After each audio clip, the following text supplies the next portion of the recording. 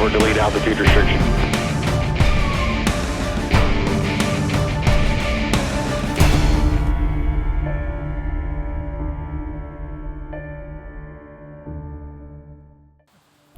Hər il yüz milyonlarla quş hündür binalara çırpılaraq ölür. Quşların belə ölməsinə iki səbəb var.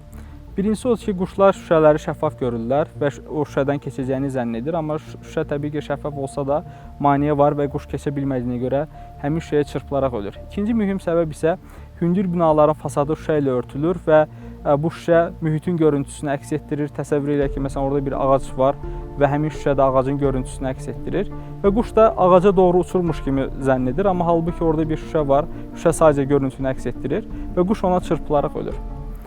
Ona görə də mühəndislər, dövrümüzdə texnoloqlar, ümumiyyətlə təbiəti qorumağa çalışan insanlar quşları qoruyan yeni texnologiyalar inkişaf etdirməyə çalışırlar və təbii ki, burada da ilham qaynaqları yenə təbiətin özü olur. Dövrümüzdə istehsal olunan yeni növ şüşələr var ki, bu şüşələrin istehsal olunmasında birbaşa hörümçəklərin hördüyü torlardan istifadə olunur.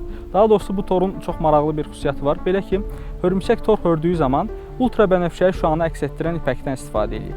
Niyə məhz ultrabənövşəyi şüanı əks etdirən ipəkdən istifadə edir? Çünki ultrabənövşəyi şüanı iki növ canlı görür. Bu canlılardan biri quşlardır.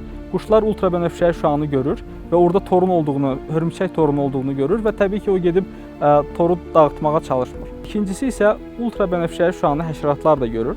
Belə ki, hörümçək ultrabənövşəyi şüanı əks etdirən ipəkdən istifadə edərək torun üzərində bir gül forması çəkir və böcək elə zənn edir ki, orada bir gül var və gülə doğru uçurmuş bir təəssürat yaranır onda. Halbuki orada tor var və gəlib hörümçəyin ovuna düşür. Belə ki, dövrümüzdə istehsal olunan şüşələrdə məhz hörümçəyin istifadə etdiyi metod tətbiq olunur. Belə ki, bu şüşələrin üzərinə xüsusi cızıqlar çəkilir və bu cızıqlar ultrabənövşəyi şüanı əks etdirir. Ultrabənövşəyi şüanı insan gözü görmür. İnsan həmin şüşəyə baxdığı zaman o şüşəni şəffaf görür. Amma ultrabənövşəyi şüanı quşlar görür. Bayaq dediyimiz kimi, quşlar ultrabənövşəyi şüanı görə bilirlər və ona görə də həmin şüşəyə baxdıqları zaman o şüşənin üzərindəki cızıqları görür və orada bir maneənin olduğunun fərqinə varırlar. Və təbii ki, bu şüşələr hündür binaların fasadına tətbiq olunduğu zaman, bu zaman quşlar oradakı maneəni görə bilirlər. Burada nəyi müşahidə edirik?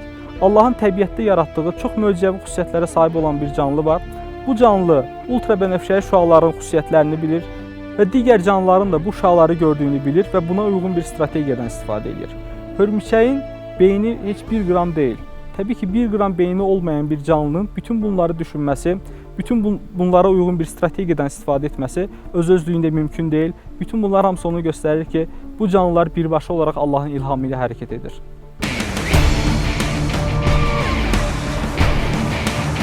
Clover, delete altitude restriction.